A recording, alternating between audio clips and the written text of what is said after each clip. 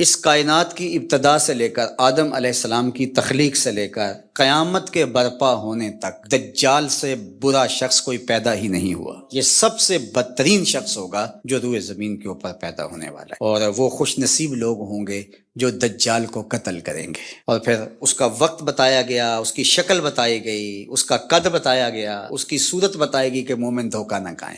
حضور نے دجال کا نقشہ بیان کیا، ایک ایک چیز بیان کی دجال کی، کیونکہ یہ سب سے بڑا فتنہ ہے اس کائنات کا۔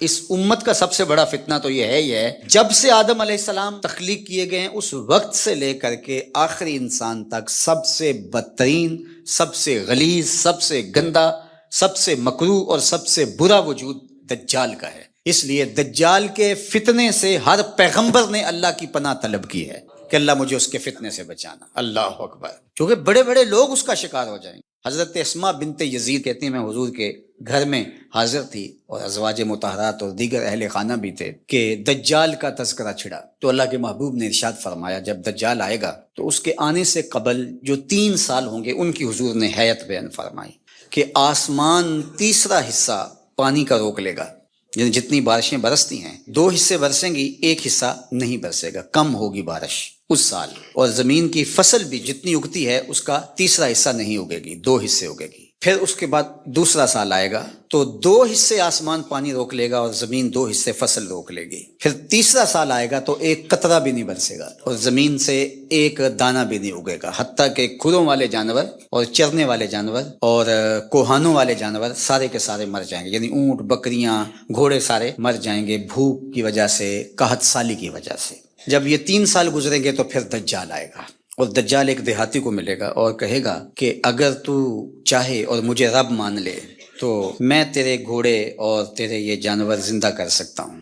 وہ کہے گا کہ اگر ایسا ہو جائے تو بہت اچھا، تو وہ اشارہ کرے گا تو اس کی بکریاں، اس کی گائیں زندہ ہو کے اس کے ساتھ آ جائیں گی۔ شیطان اس شکل میں جو ہے وہ نمودار ہوگا تو اسے لگے گا کہ سب کچھ زندہ ہو گئے اور وہ اس پہ ایمان لے آئے گا۔ اس کے بعد پھر دوسرے دیہاتی کو ملے گا اور اس کو بھی یہی کہے گا، تو شیطان پھر اس کی بھیڑ بکریوں، اس کی گائے، اس کے اونٹ، ان کی شکل کے اندر ظہور پذیر ہو جائے گا، تو پھر اس کے پیچھے وہ بھی چل پڑے گا۔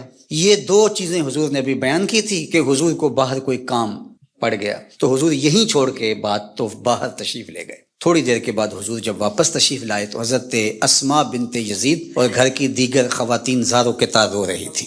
حضور نے فرمایا تمہیں کیا ہوا، تم کیوں رو رہی ہو؟ انہوں نے عرض کی یا رسول اللہ صلی اللہ علیہ وسلم، آپ نے جو دجال کا ذکر کیا، کیونکہ صحابہ کے نزدیک سب سے قیمتی متاع ایمان ہے اور ہمارے نزدیک بھی سب سے قیمتی ایمان کی متاع ہی ہونی چاہیے، اور یہ بات میں نے کئی مرتبہ آپ سے کہی، اس دنیا میں سب سے بڑا انعام اور سب سے بڑا تحفہ جو حضرت انسان کو دیا گیا، سب سے بڑی نعمت جو ودیعت ہوئی وہ ایمان ہے، اور قیامت کے دن سب سے بڑی دولت اور نعمت عطا کی جائے گی جنت میں، وہ دیدار الہی ہوگا۔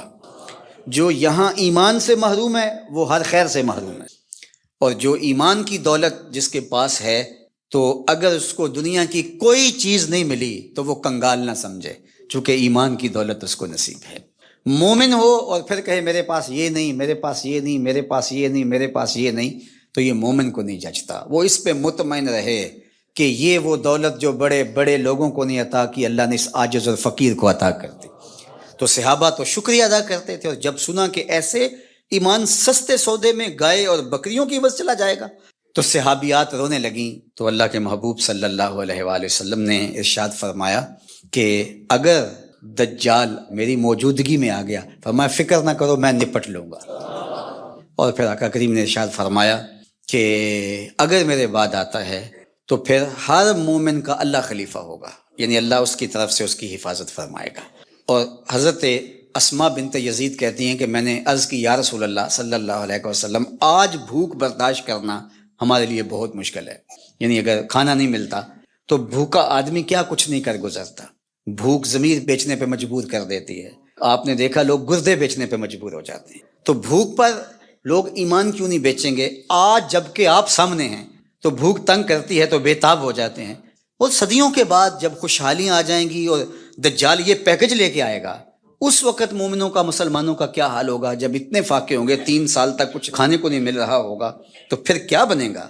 یہ پریشانی اس نے تڑپا دیا. تو اللہ کے محبوب نے فرمایا سنیے، ان کو وہی خوراک کفایت کرے گی جو آسمان والوں کو کفایت کرتی ہے. تو یہ ہمتن گوش ہوگی کہ وہ کون سی غذا ہے کہ اس غذا کے بدلے میں ان کو غذا دی جائے گی. تو آقا کریم نے فرمایا من التسبیح والتقدیس، یہ سبحان اللہ پڑھیں گے، اللہ کی تقدیس بولیں گے. جو فرشتے اللہ کی تسبیح تقدیس پڑھتے ہیں، یہ سبحان اللہ، الحمدللہ، اللہ اکبر، یہ تسبیح و تقدیس بولیں گے، ان کی بھوک مٹتی چلی جائے گی، اللہ ان کی مدد فرمائے گا. تو پھر مومن کی غذا تسبیح و تحلیل، تقدیس، اللہ کی عظمت کے ترانے، اللہ اکبر. اس لیے ہم نے بزرگوں کو دیکھا ہے کہ ان کو کھانا بھی یاد نہیں رہتا تھا حضور کی حدیثیں پڑھتے ہوئے. یہ وقت تو گزر گیا اور گزر رہا ہے تیزی کے ساتھ، یہ تو کس کو یاد رہتا ہے؟ ان کو کھانا تک یاد نہیں رہتا تھا، وقت گزر جاتا اور ان کو جھنجھوڑ کے کہتے میاں فجر کی اذان ہو رہی ہے، اٹھو ذرا. تو یہ ہمارے بزرگوں کی کہانیاں دل آویز ہے، اور واقعی اللہ کا ذکر پیاس بھی مٹا دیتا ہے اور بھوک بھی مٹا دیتا ہے اور تسکین قلب کا سامان کر دیتا ہے. آج سے تقریباً 1 صدی قبل اس امت پر بے یقینی کی کیفیت کو مسلط کیا گیا، اور ہمارے نفسیات کے ماہرین کہتے ہیں کہ یہ بچوں کے ساتھ بھی نہ کریں، کہ بچوں کو کہیں تم کچھ نہیں کر سکتے. جب آپ بچوں کو تانا دیتے ہیں تو وہ واقعی کچھ نہیں کر پاتے. تو اس لیے امت کو بے یقینی میں مبتلا کرنے کے لیے مغرب کی برتری کو ثابت کیا گیا. جگہ جگہ 2 نمبر دانشور بٹھا دیے، حتیٰ کہ ہماری عصری دانش گاہوں کے اندر فرنگی روحوں کے بے حس ڈھانچے مشرقیت کو گالی دینے لگے اور مغربیت کے قصیدے پڑھنے لگے، ان کی تہذیب اور تمدن کے گن گانے لگے اور اپنی تہذیب کو ڈیگریڈ کرنے لگے، اور دنیا کے سامنے یہ بات باور کی کہ یہ ناقابل تسخیر ہیں، ان کا مقابلہ نہیں ہو سکتا. یہ بے یقینی اس امت کو توڑ کے رکھ دیا. اقبال نے آج سے 100 سال قبل کہا تھا، سنے تہذیب حاضر کے گرفتار،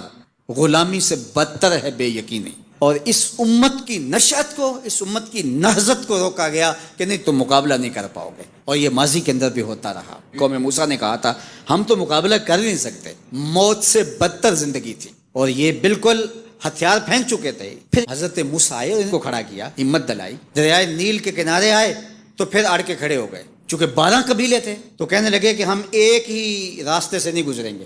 دشمن پیچھے چڑھا ہوا ہے اور یہ قوم اڑ کے کھڑی ہوگی دریا نیل کے کنارے کہ نہیں ہم ایک سوراخ سے نہیں گزریں گے، ہمارے قبیلے الگ الگ ہیں، لہٰذا ہمارے لیے الگ الگ راستے بناؤ. قومیں جب نکبت میں رسوائی میں چلی جاتی ہیں تو یہی حال ہوتا ہے. وہ کسی نے کہا کہ ہم ایران کا ساتھ نہیں دے سکتے، وہ تو شیعہ ہیں. تو میں نے کہا کہ چلو آپ نیتن یاہو کا دے دو، وہ تو سنی ہے. اس حالت کے اندر نیل کے کنارے کھڑے ہیں اور اب بھی کہہ رہے ہیں کہ نہیں ہم ایک گلی سے نہیں گزر سکتے. 12 رستے بن گئے، 12 رستوں سے 12 قبیلے گزرے. ادھر وہ بالکل دوسرے کنارے کے قریب پہنچ گئے اور ادھر ان کا آخری آدمی دریا میں داخل ہو گیا. اب حکم ہوا دریا کو اب تو چلنا شروع ہو. اور یہ پھر پانی میں ڈوب رہے تھے اور یہ کنارے پہ دیکھ کے اپنے قاتل کو آنکھوں سے دیکھ رہے تھے. بڑا لطف آتا ہے جب قاتل کو مرتے ہوئے دیکھیں.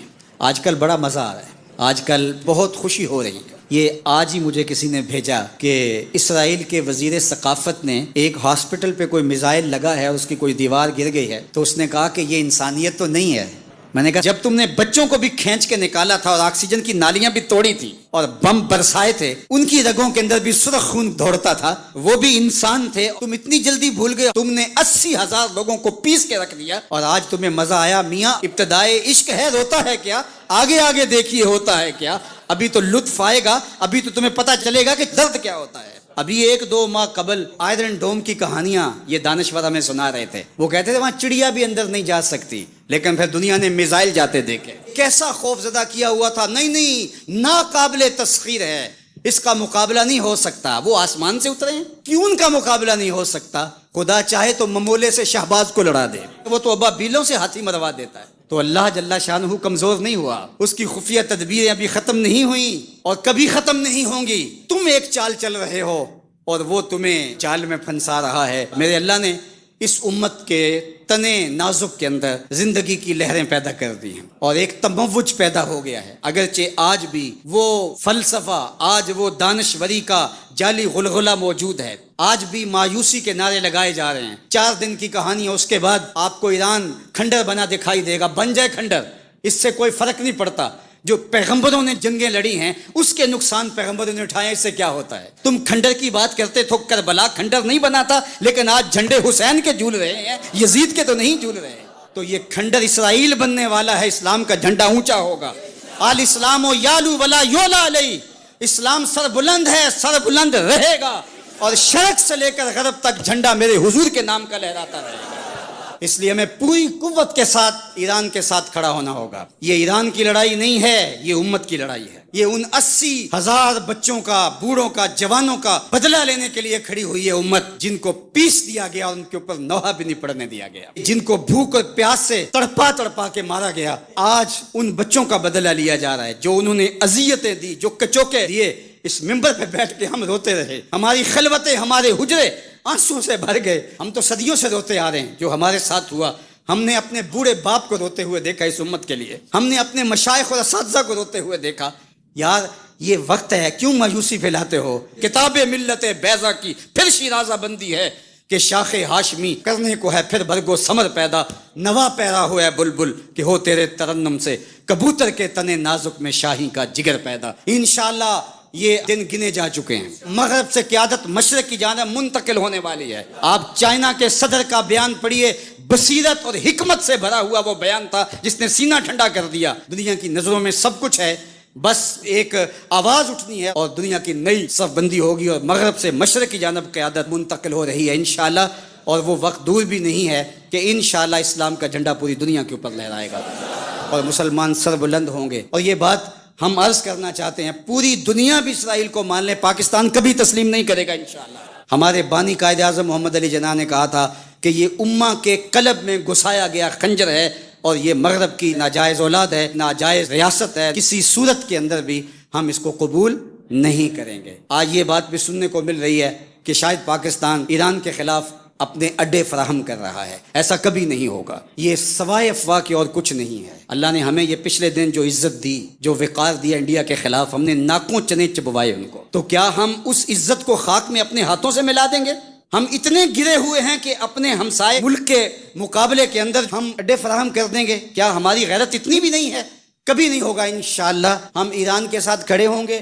کیسے کھڑے ہوں گے؟ یہ ہمارے عسکری ماہرین کا تجربہ ہے کہ انہوں نے کیسے کھڑے ہونا ہے اور کس طرح ساتھ دینا ہے. ہم وہاں سے زخم لگائیں گے، تمہیں پتہ بھی نہیں چلے گا یہ تیر آیا کدھر سے ہے. انشاءاللہ تم چیخو گے لیکن تمہیں پتہ نہیں چل سکے گا کہ یہ پہنچا کیسے ہے، کس راستے آیا ہے.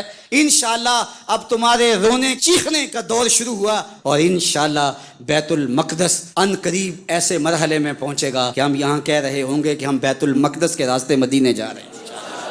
انشاءاللہ بیت المقدس آزاد ہوگا اور ہم ایسے حج عمرے کریں گے کہ اللہ کے ایک گھر سے احرام باندھیں گے اور دوسرے گھر میں جا کے عمرہ کر کے اور حج کر کے کھولیں گے انشاءاللہ العزیز. وہ وقت جلد یا بدیر آنے والا ہے جو کہ الحق کو یالو ولا یولا الیہ، حق ہی سر بلند ہوگا. جلد یا بدیر اسلام نے ہی غالب آنا ہے اور انشاءاللہ وہ آ کے